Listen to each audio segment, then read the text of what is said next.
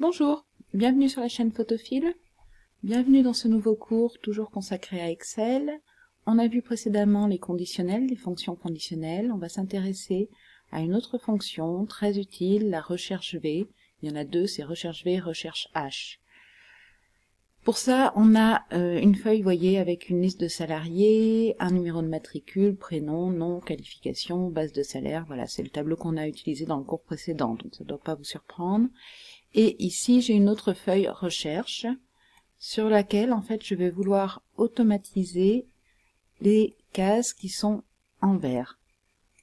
Ici, j'ai un total, donc là, c'est une somme, hein, classiquement. Ce que je veux, en fait, c'est pouvoir taper, par exemple, le matricule de mon salarié, et je veux qu'automatiquement, ici, le nom du salarié apparaisse, son prénom, sa qualification, son salaire de base, sa prime forfaitaire et la prime sur CA, information qu'il doit aller chercher évidemment dans cette feuille. Vous voyez, matricule 105, voilà, je veux qu'il me sorte automatiquement ces informations-là. Alors, dans la totalité des versions d'Excel, vous pouvez utiliser la fonction qu'on va voir là, qui s'appelle recherche V. Dans certaines versions plus récentes, il y a une alternative qui s'appelle Power Pivot, qu'on verra plus tard. Ici, je vais taper ma fonction, recherche V. Vous voyez, il me propose recherche, recherche H, recherche V. J'ouvre ma parenthèse, c'est une fonction qui a plusieurs arguments, c'est-à-dire valeur cherchée, table matrice, numéro d'index de colonne et valeur proche.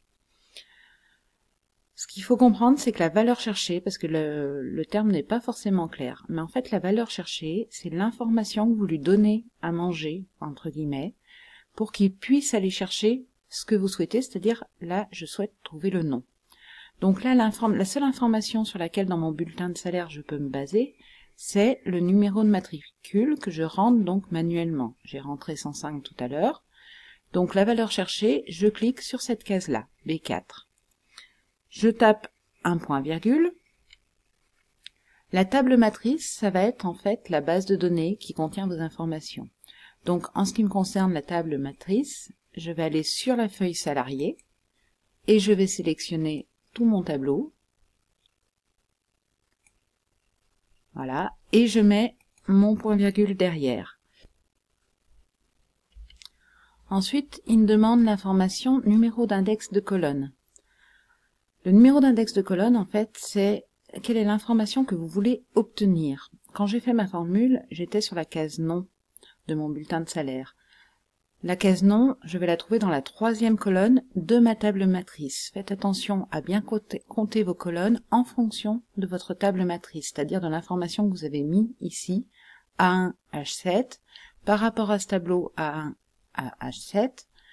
La colonne qui contient le nom du salarié, c'est la colonne numéro 3. Donc je tape le chiffre 3, point virgule à nouveau. Dernier argument de la fonction, ça va être la valeur proche. La valeur proche, en fait, il n'y a que deux possibilités. C'est soit vrai, soit faux. Si vous souhaitez obtenir une correspondance exacte, ce qui en général sera le cas, il faudra mettre faux. Correspondance exacte, ça veut dire que là, par exemple, dans mon bulletin de salaire, j'avais tapé tout à l'heure le matricule 105. Si je me mets ici en faux, correspondance exacte, ça signifie qu'il va chercher absolument un matricule qui corresponde exactement, c'est-à-dire un matricule 105. S'il ne trouve pas de matricule, il me mettra une erreur, mais il ne remplacera pas par une valeur proche, comme par exemple 104. De manière générale, en général, vous serez sur un cas où la correspondance, il faudra qu'elle soit exacte. Dans certains cas, on a besoin d'une correspondance approximative. C'est en général quand on a des plages, par exemple de 100 à 105, de 105 à 110, des choses comme ça. Mais c'est beaucoup plus rare. Les trois quarts du temps, en fait, ce que vous cherchez, c'est retrouver à l'identique un numéro, une référence ou autre chose. Donc ici, je vais mettre faux, donc je le tape directement et je ferme ma parenthèse. Voilà, ma fonction elle est écrite, recherche B, B4, salarié 1, H7, 3, faux, et je tape entrée. Vous voyez qu'ici, je retrouve bien ma formule ici, et donc j'ai bien le nom du salarié, on va tout de suite vérifier, le matricule 105 correspond bien à Cordier, donc tout va bien. Testez tout de suite votre fonction avec d'autres pour vérifier qu'il n'y ait pas d'erreur avant d'aller plus loin. Je tape le matricule 104, il me sort bien le nom du salarié 104. Avant de faire les autres, je vais modifier un petit peu cette formule de manière à pouvoir la recopier dans les autres cases. Donc B4, c'est une référence absolue. Je vous laisse vous reporter au cours des références absolues si c'est pas clair. Voilà. Donc là, j'ai en fait mis en référence absolue la référence au matricule ainsi que la table matrice, de manière à pouvoir ensuite copier-coller cette formule. Donc ici, je sélectionne cette case, CTRL-C, CTRL-V, voilà. Évidemment, il me sort le nom, ce qui est logique puisque l'index de colonne est resté identique, c'est-à-dire que je suis sur l'index numéro 3. Si je regarde ici, je veux cette fois le prénom, donc ça sera l'index numéro 2. Donc je modifie ma formule ici simplement en mettant un 2 au lieu du 3 pour obtenir le prénom. Cathy Vicaire, voilà. On peut faire la même chose ici en dessous. Alors je vais regarder tout de suite la colonne qualification, c'est la 4e. Voilà, même principe. Ici, je modifie l'index de colonne pour demander à ce qu'il me sorte l'information numéro 4, de la colonne numéro 4. Vous voyez, quand vous faites des copier-coller, selon comment on procède, hein, ça abîme les bordures ici. C'est pour ça qu'on fait en général, encore une fois, toujours toutes ces formules avant de faire la présentation. Là, j'ai fait la présentation avant simplement pour que ce soit plus lisible et plus joli, mais normalement, j'aurais fait l'inverse, je l'aurais fait en dernier. Au passage, une petite remarque, j'ai masqué le quadrillage, ici. Ce quadrillage, rappelez-vous, il n'est pas visible à l'impression. Là, je l'ai masqué aussi visuellement, de manière à avoir quelque chose qui soit en fait plus propre, simplement à mon écran, sur mon écran. Donc vous avez cette case dans affichage, quadrillage que vous pouvez masquer. Même principe ici, je cherche le salaire de base. Alors on va le faire d'une autre façon, plutôt que de taper la formule ou de reproduire par copier-coller, on va refaire la formule, mais cette fois en utilisant l'assistant fonction, pour ceux qui préfèrent procéder comme ça. Pareil, je me mets dans la case dans laquelle je veux afficher le salaire de base, je clique sur insérer une fonction, je vais chercher dans tous la recherche V, ici. On va retrouver les arguments de la fonction, que moi j'avais tapé séparés par des points-virgules, simplement là ils sont dans différentes cases. Donc valeur cherchée, ça sera toujours le matricule. Je peux tout de suite mettre le F4 tant qu'à faire. Table matrice, je clique dedans, je vais sur ma feuille salarié, je sélectionne mon tableau. Et tant que j'y suis, avec la touche F4 du clavier, je mets les références absolues. Je cherchais la base de salaire, donc c'est la 5e colonne par rapport à ma table matrice. Donc dans numéro d'index colonne, je choisis 5. Et ici, je n'oublie pas de mettre faux pour être sûr qu'il me renvoie la correspondance exacte.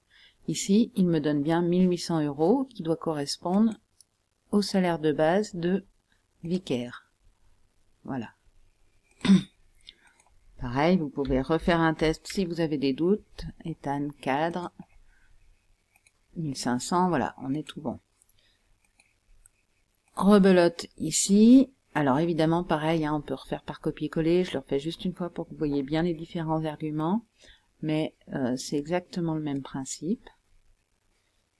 Donc, je cherche ma fonction recherche V. La valeur cherchée. Je tape F4, la table matrice, je vais sur mon tableau, je prends tout. Au passage, il y a des raccourcis quand vous voulez prendre tout un tableau, CTRL étoile. La prime forfaitaire, donc, c'était la colonne 7. Donc, je tape le numéro 7 et valeur faux. Et OK. Si cette fois on fait un copier-coller de celle-là, la prime sur CA ici, et la prime sur CA, je suis dans la colonne 8. Donc je change juste l'index de colonne, voilà. Mon total évidemment se met à jour en fonction.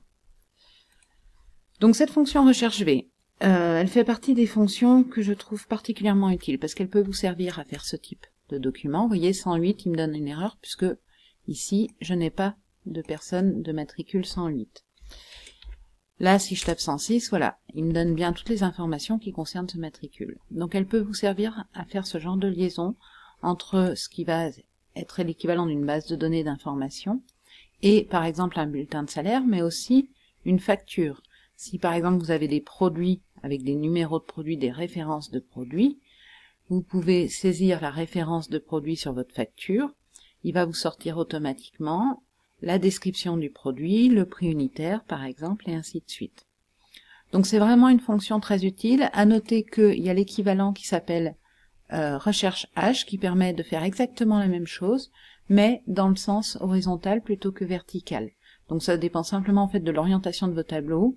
La fonction recherche H est vraiment équivalente à la fonction recherche V. Voilà, valeur cherchée, tableau, numéro d'index, ligne. Vous voyez, cette fois on va s'occuper des lignes. Donc ça va vraiment dépendre de l'orientation de votre tableau. Voilà, encore une fois dans ce cours, on voit vraiment, on va dire, l'essentiel des fonctions. On ne peut pas le faire de façon exhaustive, donc tout voir. Éventuellement, on complétera à chaque fois avec des tutos. Mais celle-ci, voilà, c'est quelque chose qui peut vraiment vous rendre service. Et une fois bien acquise, elle est très simple à utiliser. Voilà, j'espère que ce cours vous aura plu. N'hésitez pas à laisser vos commentaires, à liker, à vous abonner, à cliquer sur la cloche de notification pour être prévenu des nouvelles mises en ligne. Et puis je vous dis à très bientôt sur la chaîne de Photophile.